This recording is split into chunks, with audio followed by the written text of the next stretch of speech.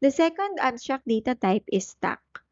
A stack is a collection of data in which operations can be performed at one end of the data structure, called the top of stack.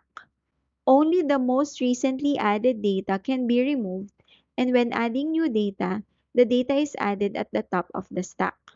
Think of a stack like snack Pringles. When you open the container, you won't be able to get the potato chip at the bottom of the container without removing the ones on top of it first. Stack follows the last in, first out policy. Additions and deletions only occur at one end, called the top of stack. Additions are called push, and deletions are pop operations in stacks. Here's an example of a stack. Let's say we have a stack containing one card, say 5, and then we want to push a new card to the stack, 9. 9 is added and becomes the new top of stack. Push 4, 4 is added and becomes the new top of stack. When an item is popped, the top of stack is removed from the stack. So for example, we pop 4, 4 is removed, and then we perform another pop operation, 9 is removed, and so on.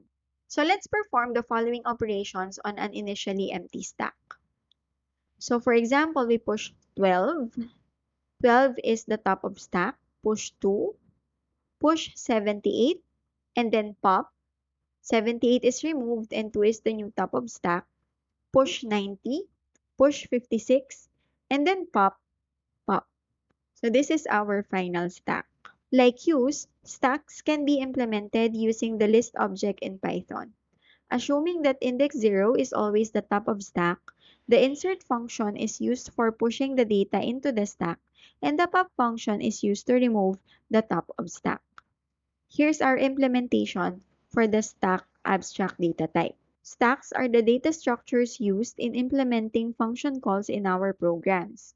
When a function is called, the current state of the execution of the program is pushed to the stack.